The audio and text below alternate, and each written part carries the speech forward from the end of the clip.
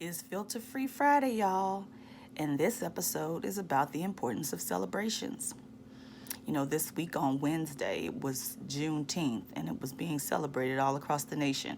And I saw an equal number of posts that said, ain't nobody celebrating us being lied to for two years and we still enslaved.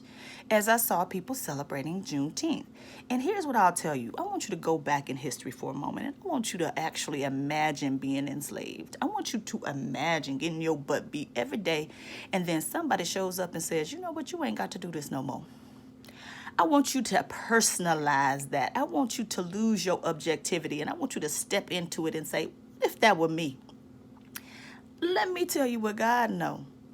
When you walk up to me and say, Nicole, you ain't got to do this no more, I'm going to be happy, and it's something to celebrate. One thing that I've noticed this week is that we are having a hard time, that as we make progress that has not gotten us to where we need to be, we struggle with the celebration. Another point.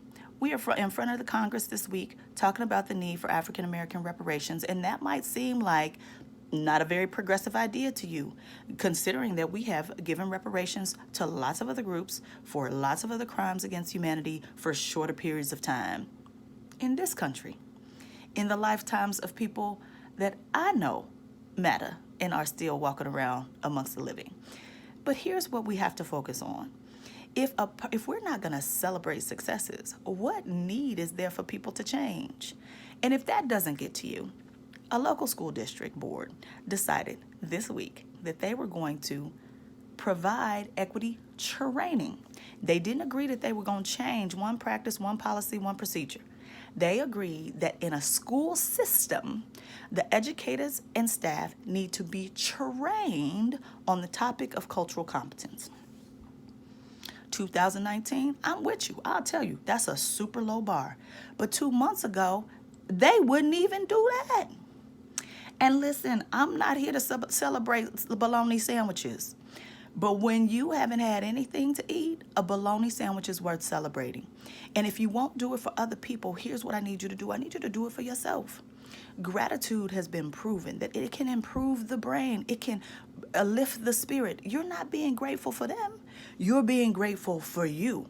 And when I get stuck, I force myself to sit down and come up with 100 things I'm grateful for, no matter how small. And even in my business, it is a strategy that we uplift when it is a really challenging client in some really tough situations, because we know that this work is hard, y'all.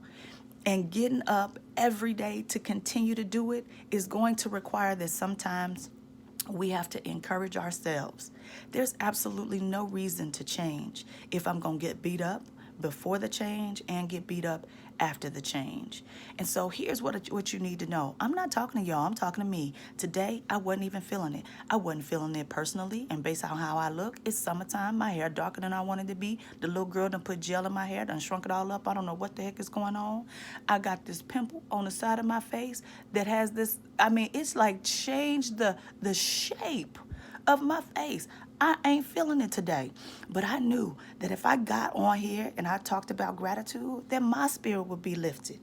It's been a tough and trying week as I try to soft pedal people to understand that equity is good for everybody. And so here's what we have to do. There's no such thing as arriving, y'all. People will disappoint us, including me, almost every single day. And we have to take a moment.